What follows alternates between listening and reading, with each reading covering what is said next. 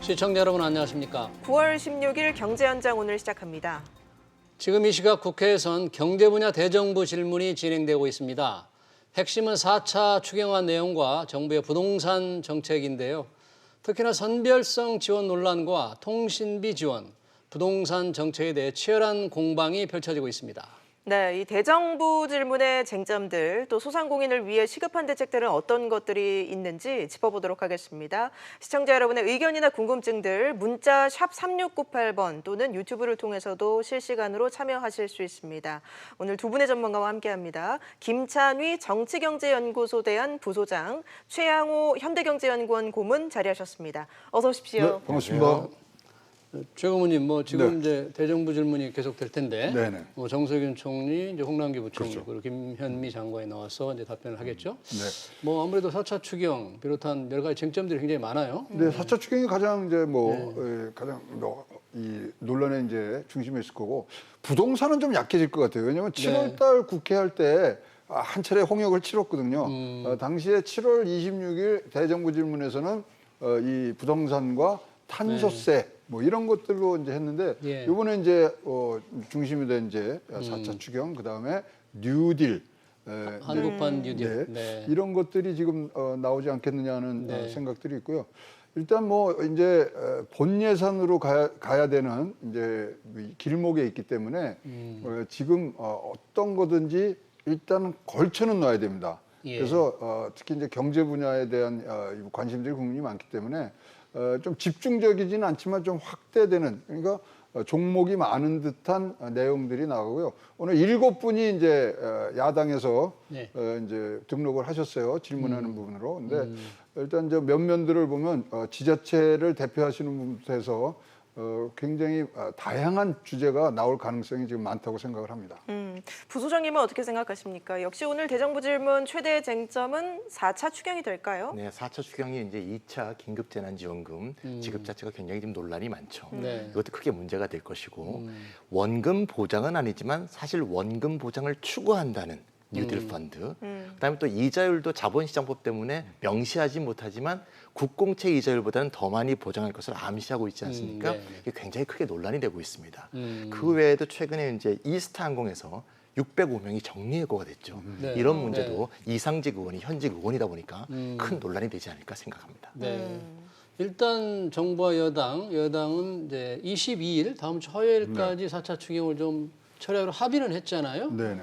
그 전에 좀 더 이루어져야만 지금 정부가 얘기한 추석 전 재난지원금 지급이 가능할 텐데 어떻게 보세요? 24일 날까지는 지급이 돼야 사실 이제 25일부터 이제 이 소위 말하는 비용들이 나가는 것들이 많습니다. 그래서 24일을 겨냥한다면 18일까지는 통과가 돼야지 이것들이 소위 말하는 준비 기간 동안에 해서 갈 수가 있고요. 예. 그러다 보니까 지금 제가 취재한 바로는 굉장히 큰 문제가 있어요. 네. 네. 뭔가요? 지금까지는 이런 재난지원금 이런 것들이 신용카드를 기축으로 해서 신용카드 네. 베이스로 줬단 말이죠. 1차 때 그랬잖아요. 네. 카드를 쓸 수 있게 동네에서. 네. 이번에 현찰입니다.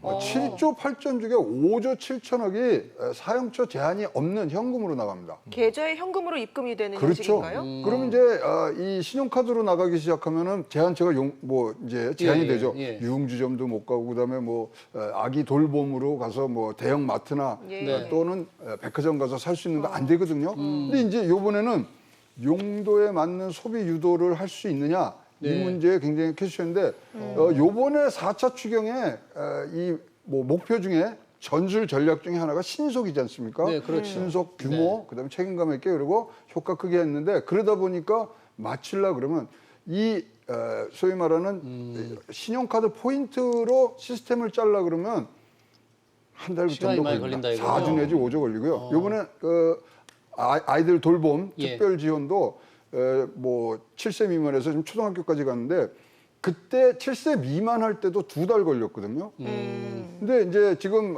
취약 연령이 280만 명입니다. 예. 거기 하려면 또 한 달이 걸기 때문에 이게 너무 신속에만 지금 방점을 두고 현금으로 나가는 부분 이게 어떻게 될지 잘 모르고요. 특히 이제 이러면 안 되겠지만 청년 특별 구직 자금 이렇게 나와서 1인당 50만 원씩 주는 거. 네. 네.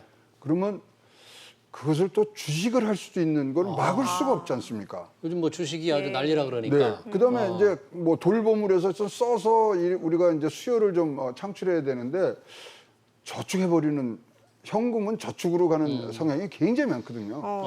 그래서 소위 말해 재정 승수라든가 소비 증대 효과가 굉장히 줄어들 수 있는 부분이 지금 걱정이 되는데 아직 확정은 아닙니다. 예. 근데 신속하게 하려면 현금밖에 없다. 뭐 그런 지금 방안들이 논의되고 있습니다. 현금으로 주기 때문에 사용처에 제한이 없고 그래서 뭐 소상공인 살리기라는 이런 취지에 적합하지 않을 수 있다라는 지적을 해주셨어요. 부소장님 어떻게 보세요? 뭐 소상공인 살리기라는 이제 목표를 세운다면 예. 이번에 이제 지원금에 관해서는 얘기할 게 굉장히 많겠죠. 예. 과연 소상공인한테 직접 100만 원을 주는 것보다 오히려 소비자한테 100만 원씩 이렇게 쭉 깐다면 오히려 다 소상공인 쪽으로 이렇게 몰릴 수 있는 그런 식의 스킴을 짤 수도 있기 때문에 얘기할 수 있는 것도 많은데 기본적으로 현금을 주게 되면 나쁜 데 소비할 것이라는 생각 자체가 예. 저는 좀 정책 당국자의 생각이 아닌가. 과거에 많은 사례도 있지만 그런 식으로 현금 지급이 나쁜 데 쓰이지 않을까에 대한 우려를 정책 당국자들은 많이 했습니다. 이거는 예. 마치 좀 저소득층은 나쁜 소비를 할 것이라는 어떤 선입관, 우려 이런 게 작용한다고 보거든요. 근데 과거에 많은 인도라든가 아프리카 같은 저소득 국가에서도 현금 지급을 했을 때 실제로 그런 유흥적이었던 것은 매우 퍼센테이지가 작았다. 그런 우려는 크게 하지 않으셔도 됐다. 이런 예. 생각이 듭니다. 근데 나쁜 데라기보다는 어떤 목적대로 그렇죠. 쓰이지 않을까 하는 그런 걱정일 수 있는 거죠. 청년 구직 특별 지원금 50만 원이 구직 활동해야 되는데 뭐 전혀 다른 말씀하신 대로 혹시 주식 투자를 하지 않나 이런 걱정을 해주셨잖아요. 그러니까 뭐 그런- 어떤 네. 소비는 좋은 소비고 어떤 소비는 목적에 부합되는 소비 이렇게 나누기가 어려운 게 과거에도 서울시에서 청년 수당을 지급했을 때 예. 맥주를 먹는 게 과연 청년의 구직 활동에 도움이 되느냐 마느냐 이런 논쟁이 있었죠. 그때 우스갯소리로 답변이 맥주를 먹고 토익 공부를 하면 구직에 도움이 되는 거고 맥주를 먹고 자면 도움이 안 되는 거라고 얘기했는데 어떤 특정 소비를 갖고 목적에 부합되냐 안 부합되냐 이렇게 얘기하는 건 매우 고압적인 생각이 아닌가 이런 생각이 저는 듭니다. 자, 뭐 그런 논란이 있을 수 있는데 가장 큰 논란은 이제 통신비 지원 아니겠습니까? 네. 1인당 2만 원씩 13세 이상의 경우에 어떻게 보십니까? 이 국회에서 여야 간의 공방이 치열할 텐데. 네. 저는 통신비 뭐 2만 원 깎아주는 게 사실 지금 진행이 되고 있거든요. 624만 명의 기초생활수급자고 그 차상위 등급의 소득을 갖고 계신 분들한테 예. 통신요금 면제되고 있어요. 지금이. 네. 네. 그게 8,247억이에요. 근데 거기다가 그러면 이제 2만 원씩을 준다 그러면 사실 이제 통신사에서 이거 뭐 연체를 한다든가 또 안 낸 거랑 이런 손실도 굉장히 크거든요. 예. 그러면 그거 보존해주는 그 역할밖에 안 됩니다. 그다음에 이제 우리가 9천억이 들어가는데 지금 상반기에만 이 통신 3사의 영업이익이 지금 1조 6천 한 3조가 올해 날 것 같아요. 네. 그러면 유효세를 따지고 그러면 한 6천억을 지금 그걸로 다시 정부에서 갖고 가는 거거든요. 그러면 9천억 지원해줘서 3천억 뭐 남기는 거.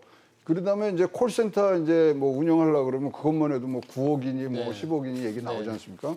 그래서 통신비 사실 요번 추경의 목적 중에 하나가 진짜 피해를 받은 그러니까 거리두기를 통해서 예. 영업 정지라든가 영업 제한을 받은 소상공인을 위해서 가는데 이렇게 넓게 펼치는 부분은 우리가 조금 참아도 괜찮다고 생각을 하고요. 이 부분 이제 이 굉장히 4차 추경에 지금 이거 분수령이 됐지 않습니까? 이 부분들이 좀 여야가 결단을 내리셔서 우리가 진짜 생산성을 증가할 수 있는 부분, 고용을 안정시킬 수 있는 부분 여기에 한정되게 쓰는 것이 맞다고 보여집니다. 예. 국민의힘 같은 경우는 통신비에 뭐 9천억 원 쓰느니 독감 백신 무료 접종을 확대하는 게 낫지 않겠냐 이런 의견도 있고.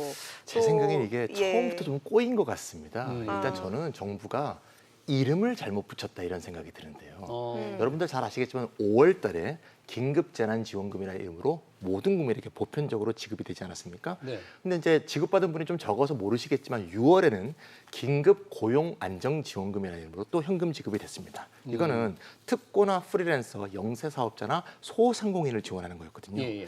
얼핏 보면 이 두 개가 비슷해 보이지만 왜 비슷한가 하면 둘 다 사람의 생계비를 지원하는 거니까 비슷한 면이 있죠.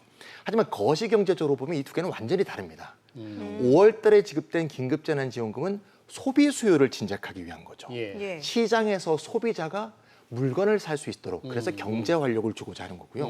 6월에 된 거는 지금 보시면 특고, 프리랜서, 영세자영업자, 소상인이라는 것은 시장에서 공급자에 대한 대책이거든요.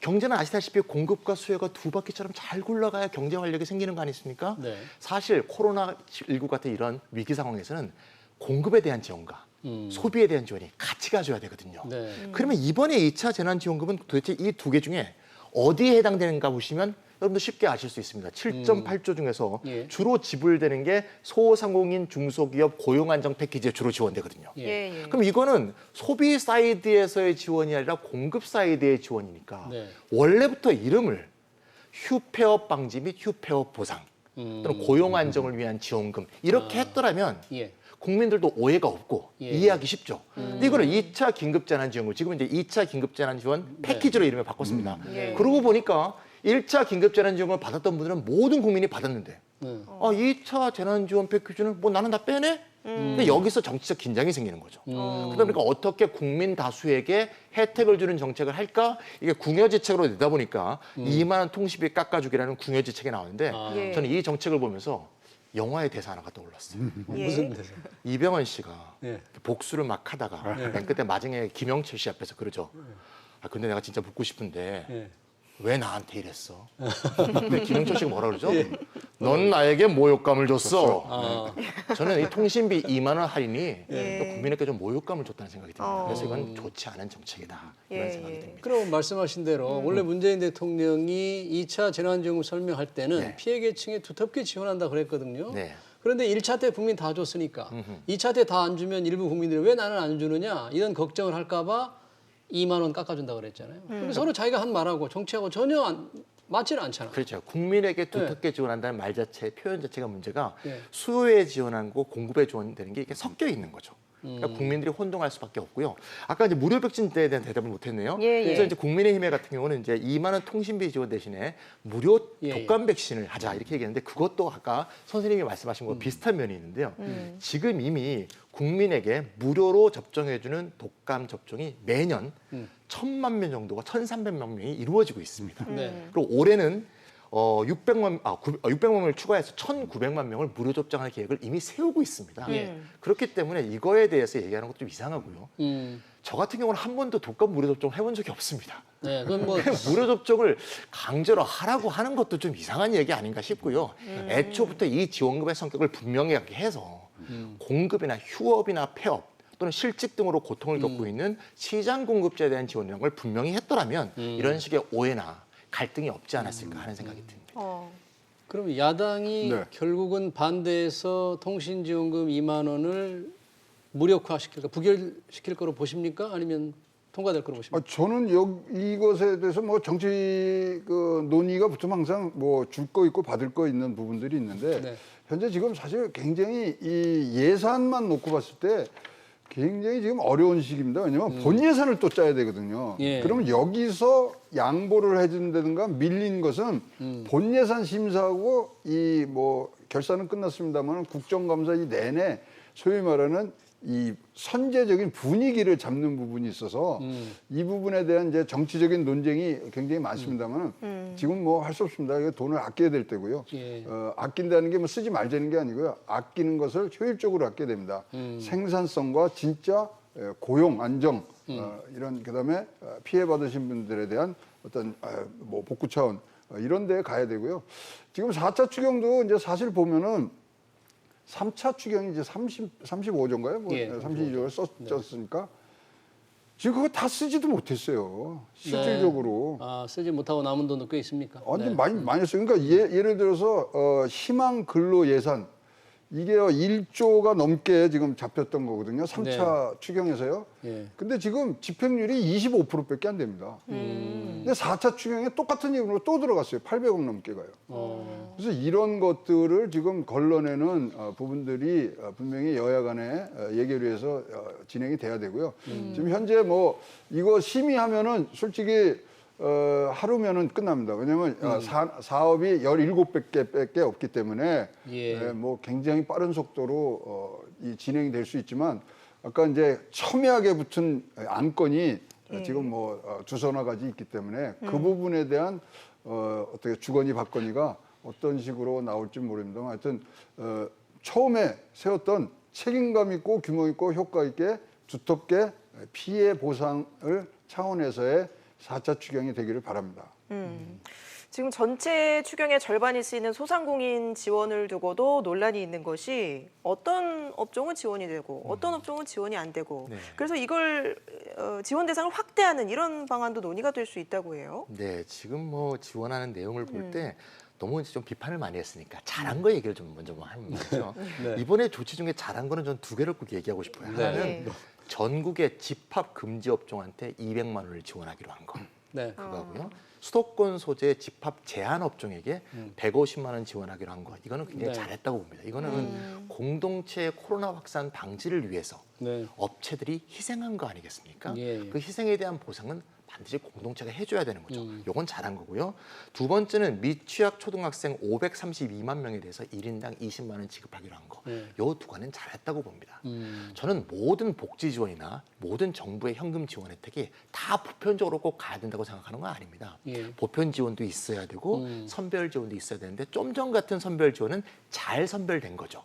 가장 희생을 본 사람, 예. 가장 희생을 감수한 사람한테 선별하는 건 맞는 거죠. 근데 그 외의 경우에 선별을 하려면 선별이 적절하고 공정하고 우리 모두 수긍할 수 있을 만한 선별이 돼야 공동체의 믿음이 강화되는 거고 그렇지 않으면 공동체가 분열되고 갈등하고 오히려 시시비비가 늘어나는 거 아니겠습니까?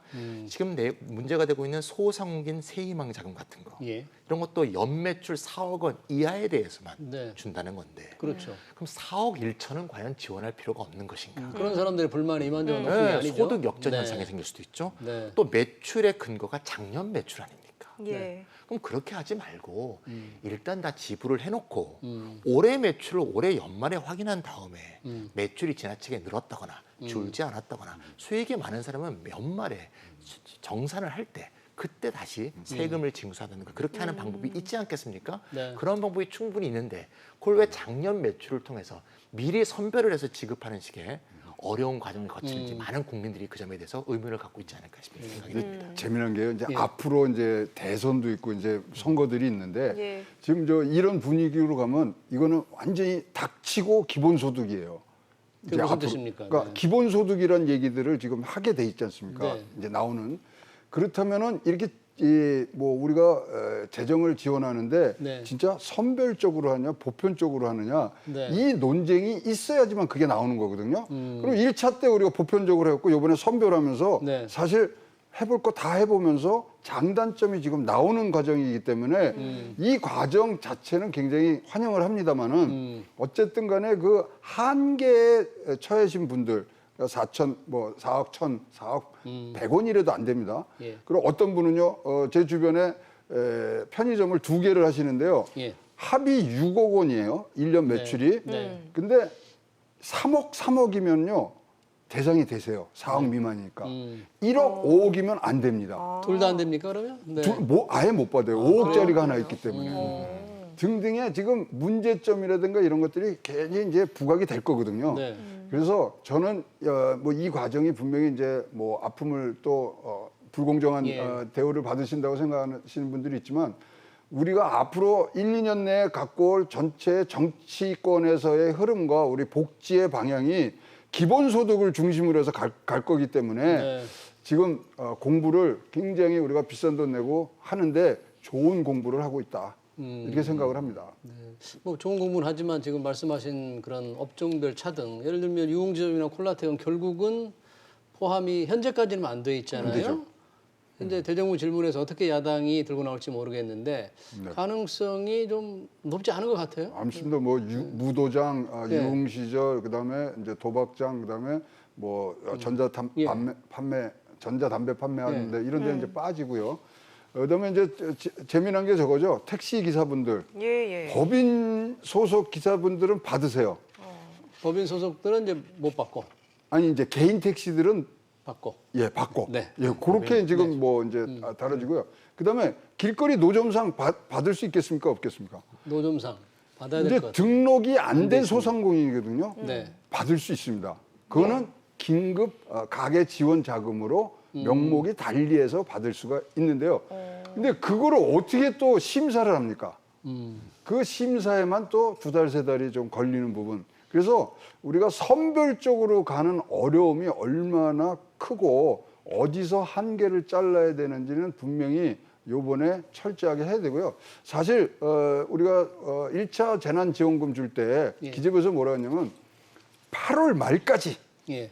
모든 선별적 지급을 할 수 있는 프로그램은 완성시켜 놓았다 그랬는데 아무것도 안 해놓으셨네요. 지금 보니까. 안 됐습니까? 그러니까 지금 이게 우왕좌왕하고 있는 부분이에요. 거기에 대안으로 나온 것이 현금으로 빨리 지급하자. 이런 부분들이 지금 우리가 공부해야 되고 또 뭐 제도적으로 보완해야 될 점들이 충분히 이번에는 부각이 되고 있다. 그 점은 뭐 굉장히 좋게 봅니다만은 일단 지금 뭐 한 끼가 배고프신 분들이 너무 많기 때문에 예. 조금 더 집중적으로 뭐 예산 심사하는 데서 그분들을 위한 그런 정책들이 좀 더 나왔으면 좋겠습니다. 법인 택시 운전하신 분들이 이제 지원을 못 받게 된 대한 불만이 굉장히 많은데 이재갑 고용노동부 장관은 좀 불가능하다. 이건 분명히 하신 것 같아요. 네. 그러니까 선별 자체가 굉장히 어렵다는 것을 보여주는 반증이 아닌가 싶습니다. 저는 최근에 그 2차 지원금 필요성에 대해서 상인들한테 여론조사한 통계가 나와 있는 걸 예. 봤는데 예. 보니까 매우 필요하다가 87.3%, 다소 필요하다가 8.8%, 이렇게 해서 합쳐서 무려 96%가 2차 지원금이 필요하다고 상인들이 말씀하셨더라고요. 예. 이때 상인들이 2차 지원금이 필요하다고 96%가 말을 할 때 그 상인들은 어떤 거를 머릿속에 담고 있었을까? 아마 1차 재난지원과 같은 그러겠죠. 보편적인 국민 지급이 이루어져서 이게 소비 수요 진작으로 이루어지고 그 소비 수요가 그 상인에 대한 결국은 간접 지원으로 이루어지는 그런 것을 원한 거 아니셨겠습니까? 근데 이것을 선별을 자꾸 하다 보니까 사각지대가 자꾸 느는 거죠. 그러니까 선별에서 가장 큰 문제점이 되고 있는 거 하나만 좀 지적하고 싶은데요. 예. 6월에도 이루어졌던 건데요. 고용안정지원금에서 특고하고 프리랜서에 대한 지원. 요게 6월 달에 지원할 때도 당시 창구가 북새통이었습니다. 예, 예. 실제로 정했던 것보다 훨씬 많은 사람이 밀려들었거든요. 예, 그렇죠. 그래서 1차 때 겨우 50만 명밖에 지원을 못했습니다. 예. 그 애초에 목표가 50만 원씩 3개월 지원하기로 했는데 사실은 100만 원까지밖에 지원을 못했죠. 150만 원 지원해서 50만 원을 못했습니다. 그 못했던 걸 이번에 메꿔서 주겠다. 그게 이제 있는 거죠. 그리고 이제 2차로 새로 지원을 받는 사람이 20만 명이라고 해서 도합 70만 명의 특고를 지원하겠다는 건데요. 지금 비공식 통계에 따르면 특수고용 노동자가 250만 명이 넘습니다. 네. 그럼 과연 70만 명의 특고 노동자를 지원했을 때 이게 과연 특고 노동자에 대한 두터운 지원이 될 것이냐 아니면 더 많은 사각지대를 양산하는 게 될 것이냐 이거에 대해서 많은 국민들이 우려하고 있는 것이고 아까 소상인들도 우려하고 있는 게 아닌가. 그런 분들도 소득이 줄었다는 통계가 필요한 거죠. 특수고용 노동자도 돈을 받으려면 네, 그리고 또 이제 고용보험에 들고 있지 않아야 되는 것이고요. 고용보험에 여러 가입하지 가지 않은 조건들이 분들이어야 있습니다. 되고. 사업자 등록은 또 안 되어 있어야 되고. 네. 근데 이제 고용보험에 들었다고 해서 못하는 것도 문제인데요. 예를 들면 이런 경우가 있습니다. 학교에서 비정규직으로 일하시는 강사분이에요. 예. 근데 이제 고용보험에 들어졌어요. 네. 그리고 정부가 또 전국민 고용보험을 추진해 오지 않았습니까? 예, 예. 고용보험을 추진해 왔는데 고용보험에 든 사람은 진원지원금에서 뺀다는 거는 정책적으로 모순되는 면도 있고요. 근데 고용보험에서 보험금이 나가기 때문에 네. 이제 대체한다 그런 얘기겠죠. 근데 고용보험금에서 실업급여를 타려면 180일 이상 피보험 기간이 있어야 되거든요. 그럼 올해 피보험자 처음 돼갖고 180일이 경과하지 않은 분들은 또 못합니다. 그 사각지대가 또 생기거든요. 그러니까 자꾸 선별의 기준을 쌓으면 쌓을수록 항상 사각지대가 더 생길 수 있다는 거. 이 점을 잘 생각을 해서 보편적 지급을 하고 만약에 받지 않아야 될 사람은 기부를 유도하든가 연말에 징세하는 방법이 가장 정확한 방법이 아닌가 이런 생각이 듭니다. 그래서 뭐 좀 예. 섣부른 네. 얘기입니다만 이제 기본소득을 요번 이 공부하시면서 야당 측에서는 어떻게 지금 대안들을 만들고 있냐면요. 예. 기본소득을 좀 깔고 그다음에 그 위에 지금 얘기한 이런 선별적 지원을 해주는 것을 기본소득의 이제 큰 틀로 한번 가보자. 야당에서. 네, 그러니까 선별과 보편적인 것이 합쳐지는 기본소득 얘기들이 지금 나오고 있거든요. 여당이 아니라 야당 국민의힘 야당에서 제가 여당 네. 쪽은 지금 못 들어봤습니다만 하여튼 야당 측에서는 그런 부분도 지금 뭐 생각하기 때문에 이제 그런 것들이 차츰 우리 제도화되는 과정들을 이제 지켜봐야 될 것 같습니다. 아니 정강 정책의 1호에 그 기본소득을 넣더라고요. 네, 그러니까 이제 거기서는 좀 활발하게 하고 있고 워낙 또 이제 여당은 기본소득에 대한 이제 개념을 갖고 계시니까 이거 뭐 아까도 뭐 우스갯소리로 말씀드렸습니다만 답은 대선은요 닥치고 기본소득인데요. 네. 기본소득이라는 거는 우리 많이 들어봤지만 어떻게 나가야 될 것인가 이건 모르는데 이제 그런 부분들이 이제 이런 정책 뭐 설립 과정에서 국민들의 이제 동의를 얻는 과정들이 있고요. 이런 거 이제 몇 번이 이제 지나가면 노하우도 쌓이고 이런 과정들이 아닌가 싶습니다. 예, 예. 제가 그 얘기는 딱 10초만 말씀드리면 기본소득 위에 선별복지를 쌓자. 이거는 저도 100% 동의하는데요. 예. 야당인 국민의힘이 주장하는 기본소득은 수혜 대상자가 630만 명에 불과한 국민의 11.8%가 받는 기본소득이기 때문에 통상적인 의미에서 쓰는 기본소득과 좀 거리가 있습니다. 전국민이 요즘도- 아니고. 예, 요점에 대해서 좀 확인해둘 필요가 있을 것 같습니다. 알겠습니다. 기본소득을 주장하고 있는 이재명 경기지사가 이번에는 기본대출권이라는 것을 주장하고 나섰는데요. 이게 뭐 낮은 금리로 장기간 대출을 해주는 걸 얘기하는 거라고요. 아니 그러니까 이제 예. 뭐 우리 진짜 뭐 소득이 낮으신 분들은 신용도 굉장히 안 좋으시기 때문에 네. 사실 뭐 대출을 받으려면 높은 금리를 해주는데 그렇죠. 금리도 좀 낮게 받고 또 만약에 뭐 이것을 이제 뭐 연체를 해서 못 갚으실 때는 나라가 정부가, 그것을 떠안는 부분. 그러니까 기본적으로는 사회의 공유 자산에서 나온 그러한 이득들은 공유를 해야 된다. 그럼 이제 이런 부분들이 쭉 나오면서요. 지금 이제 3종 세트를 내신 거예요. 네. 예. 기본소득, 기본주택, 그다음에 기본대출. 예. 그래서 누가 우스갯소리로 그러더라고요. 문재인 정부는 소주정인데 이재명 도지사는 소주대를 하고 있다. 소주대. 예, 소득, 주택, 주택. 예, 대출. 대출. 그래서 그런데 자 이것도 굉장히 뭐 대안적으로 좋은 얘기고요. 예. 이 부분이 진짜로 국민들에게 다가갈수록 자꾸만 가다듬어야 될 부분들이 있습니다. 그래서 저금리 장기 대출이 기본 개념이라고 보시면 되고요. 지금 현재인데 나라에서 하는 제도도 있어요. 햇살론이라고 예. 정부가 지불을 보증하고 만약에 이제 뭐 못 갚게 되시면은 90% 정도를 나라에서 보전해 주는 부분들이 있는데 이런 뭐 여러 가지 제도 우리가 안 해본 게 아니기 때문에 네. 틀로 따라가면은 분명히 좋고요. 특히 이제 이런 세 가지 중에 지금 기본 주택은 굉장히 지금 호응이 좋은 상태. 네. 뭐 이런 것들이 사실 싸우면서 여야 간의 이런 정책 대결이 이뤄지는 풍경. 그게 우리가 바라는 여의도의 풍경 아니겠습니까? 근데 이제 기본 대출이라고 해서 너무 싸게 돈을 빌릴 수 있고 안 갚으면 정부가 대준다면 뭐 금융의 기본 원리가 무너지는 게 아닌가. 네. 그래서 국책연구원 KDI에서도 강하게 비판을 했는데 우리 김 부소장님 기본소득에 상당히 그 일강이 있으시잖아요. 기본 대출도 동의하십니까? 네, 좀 듣기에는 굉장히 좀 파격적이라는 생각이 좀 들죠. 네. 근데 실제로 현실을 보면 뭐 바꿔드림론 같은 것도 있었고요. 지금은 이제 하지 않지만 20% 이상의 대출하고 있는 분들은 10% 정도의 대출을 바꿔주는 거고요. 아까 이제 말씀하신 햇살론 같은 경우도 20% 이상의 고금리를 8, 9% 정도로 바꿔주는 겁니다. 근데 실제로 서민의 경우에는 10%도 사실 굉장히 부담스러운 거거든요. 금리 10%. 근데 거꾸로 얘기해 보면 고소득자나 신용이 높은 분들은 신용대출 이자가 1, 2% 정도의 대출을 네. 누릴 수 있거든요. 사실 제가 이 기본대출 주장이 나오고 나서 여러 사람들한테 물어봤어요. 이런 말 있지 않습니까? 서 있는 자리에 따라서 보는 시각이 달라진다. 정말 평소에 부동산 대출, 신용 대출을 받고 있던 분들은 말도 안 되는 얘기다 이렇게 얘기하시는데 평소에 대출 사각지대에 있었던 분들은 야 정말 잘한다. 그런 게 정말 우리가 원했던 거다. 이런 얘기를 하더라고요. 그래서 KDI 얘기를 보니까 네. 실제로 기존에 있었던 햇살론 같은 또 바꿔드림론 같은 것을 정부가 보증을 했더니 28.5%가 안 갚더라. 네. 이런 얘기를 이제 KDI가 했거든요. 저는 거꾸로 놀랍습니다. 72%가 갚았다는 게 저 놀라워요. 10% 이자를요. 그 서민이 갚았다는 얘기 아닙니까? 진짜 우리나라 국민들을 정말 솔직하고 착한 분들 아닌가. 아니 빚을 돈을 냈으면 네, 갚아야죠. 갚아야 되는 갚았다는 게 거죠. 놀라면 네. 안 되겠죠. 그래서 저는 이런 말 있지 않습니까? 이익의 사유와 손실의 사유와. 그러니까 부실기업한테 부실기업이 잘 나갈 때는 자기들이 더 무슨 뭐 성과급 타고 배당 치고 하다가 어려울 때는 국민 세금으로 다 메꾸고.